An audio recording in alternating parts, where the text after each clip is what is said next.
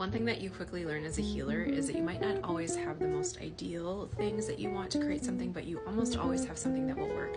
And this is something that I teach my apprentices all the time, and something that I actually love to challenge myself with. So today I'm in the Apothecary, and I have run out of my favorite elixir of adaptogens, which are herbs that help our bodies to adapt to stress and changing conditions. It's not going to be here for a while, so I'm going to make something for myself based on what I have here. So I'm just going to show you my process.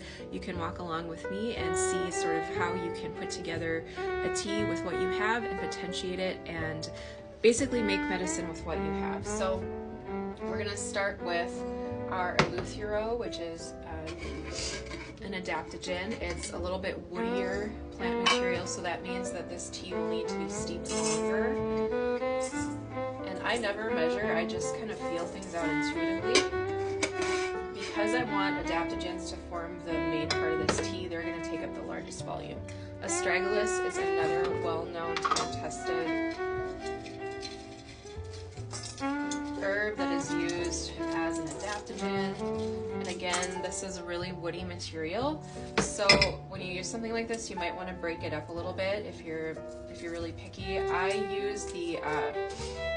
just use like big tea strainers when I make tea, so I don't really care that there's like larger plant material parts in there. It's totally your preference.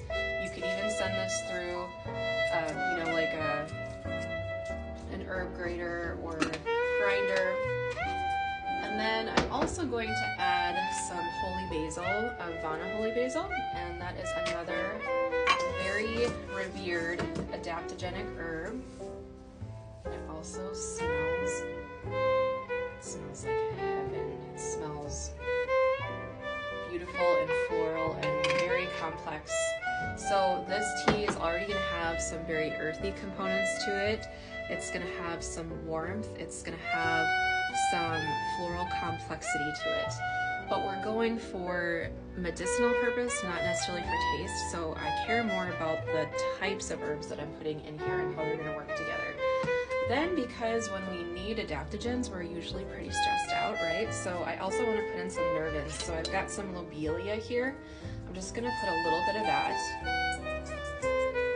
And then I'm going to also add just a bit of skullcap. Skullcap is another nervin herb. And I'm using like maybe 2 parts of the adaptogens and 1 part of the nervins. And then you always want to potentiate your tea with some kind of, usually a stimulant, and I'm going to use cinnamon because I think it's going to blend well with the other flavors that we have going on, and just a dash of this. Doesn't need to be very much.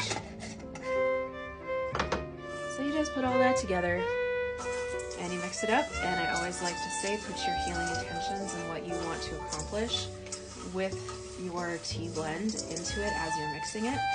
Now, one of the other things that I love to do with my apprentices is teach them how to layer the herbs with other medicinals. So something else you could do is add a floral essence to this to give some added healing energy that's supported for stress relief. And then when you drink this tea, you could also do something like diffuse a very calming essential oil like lavender, or you could do something that's going to help you with focus and is a little bit adaptogenic, and one that I've been using lately that I love is rhododendron. So again, you can always find medicine with, even in your kitchen. You have a lot of things in your kitchen that will help to support your body, and use what you have when you don't have the ideal thing that you think that you want, because you probably have something that will do the same job and do it in a very lovely way. If you want to learn more about apprenticeship, I am now open to take apprentices one-on-one to help you to build your healing practice in your home and to help you to start serving your community and fully embody your calling as a healer. So if that's something that calls to you, reach out.